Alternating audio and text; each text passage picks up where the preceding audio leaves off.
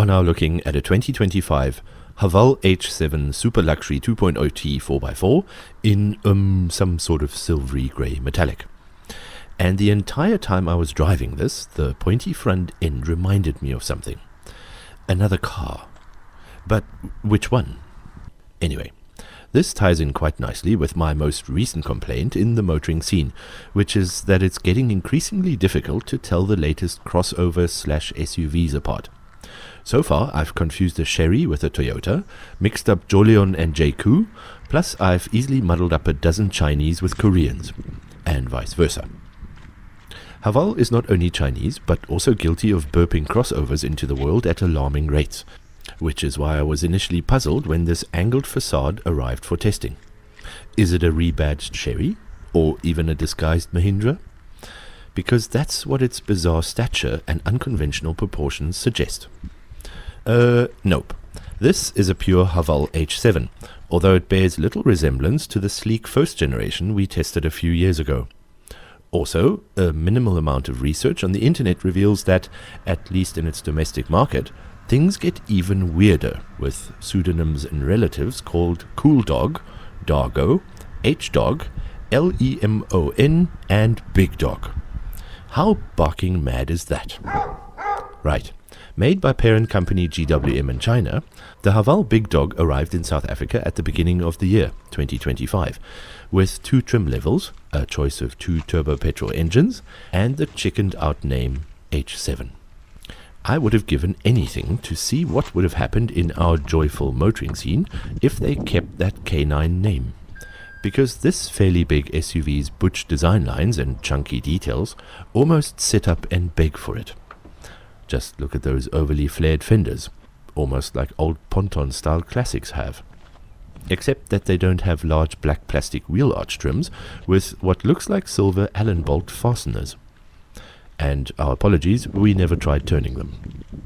The window line is astounding for a modern SUV. Ditto for the recessed multi-part rear light clusters, complete with eyebrows. And the whole look is complemented with plenty of oversized items, like the side mirrors, rear window spoiler, silver roof racks, bumper trim, and a modern art installation for a radiator grille. Although, to be fair, that's standard kit on most new cars these days. I also appreciated the shiny multi-spoke 19-inch alloys on our press vehicle, all of which were shod with generous 235/60 Gitti Comfort Road Bias tyres. Namibians will also be happy to learn that there is a Sparwiel, although it's a thinner 17-inch version. Inside the new Haval H7, oh boy, the crazy design party continues. If you're even remotely OCD or averse to wild shapes, you may want to stay away from this motorized craft. However, if you're easily bored or you've been longing for an interesting and exciting place to spend your commuting hours, step right up to your new car. The dashboard and door cards have more levels than the mid-2000s PC game. The gear knob looks like a thrust lever. Most door pockets have springy ribbons in them. There are freaky-deaky weave patterns all over the place, accented by more random fake silver bolts, and the door handles look like they belong on the outside. Some normality returns with a currently trendy tablet-style information screen and separate digital gauge cluster. This represents one of my only personal complaints, because it shows the same nonsensical layout we've found in other new vehicles. Instead of beautiful gauges or detailed clocks full of information, it looks like a bad marriage between a mobile driving game and a minimalist PowerPoint slide. Ew. Some sensible cabin inhabitants include the seats, 480 to 1360 liters of cargo space, and, to some degree, the steering wheel. Blessed with manual override shift paddles, it's also adorned with multiple layers of cruise control and infotainment buttons. It took me quite a while to navigate them, but most commands seem fairly intuitive. Driving this 2.0T all-wheel drive super luxury model also unlocks a few good surprises for newcomers to this brand or genre. From a slightly concealed start button to the head-up display, the punchy nature of this turbo petrol 4-cylinder, or the seemingly superfluous amount of gears in this initially jerky DCT. That's pretty normal as well, by the way, that slight pull-away hesitation or mid-corner confusion from an otherwise smooth and fast box of cogs. I'm also happy to reveal that the new H7 rides the way it looks, on the softer and less responsive side of handling, as is befitting of something that looks more like a 4x4 than a Porsche. Chatting of which, this model also offered a multi-mode drive selector, including many off-road settings, a rear diff lock, downhill descent control, plus various active and passive driver aids for your peace of mind. My other favorite buttons included the 2 front seat heaters and that knoppy which deactivates the auto hold mechanism. GWM Haval doesn't publish any performance figures, so we stuck our testing equipment to the windscreen and went for a few blasts, the best of which yielded 0 to 100 km an hour in a blistering 7.07 seconds, with a quarter mile falling in just 14.8 seconds at 94 miles an hour. Just as impressive was the single emergency stop from 100 km an hour in just 3.08 seconds and 40.15 meters. Not bad for a spacious 5-seater 4-wheel drive weighing around 2 tons.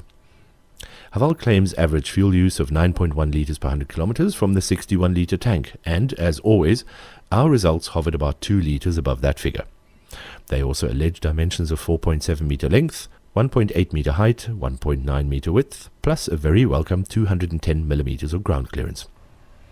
In an effort to start summing up, here are a few more technical highlights for your enjoyment.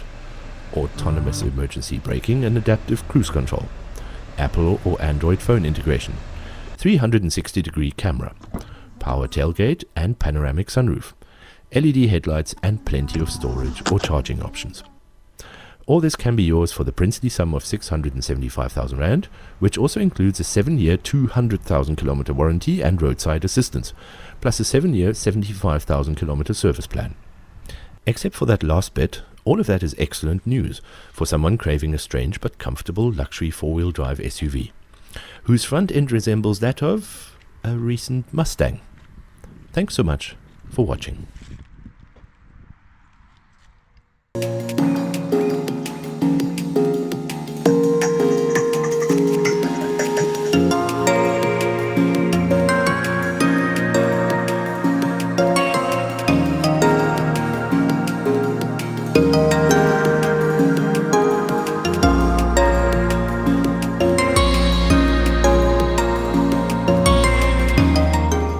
And I've turned everything on, but it won't do anything. And if I want to turn the girly pop music down, that's the only volume button you have, is now an angle thing.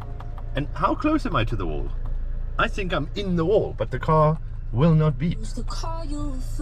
That's right. You're not my friend, car.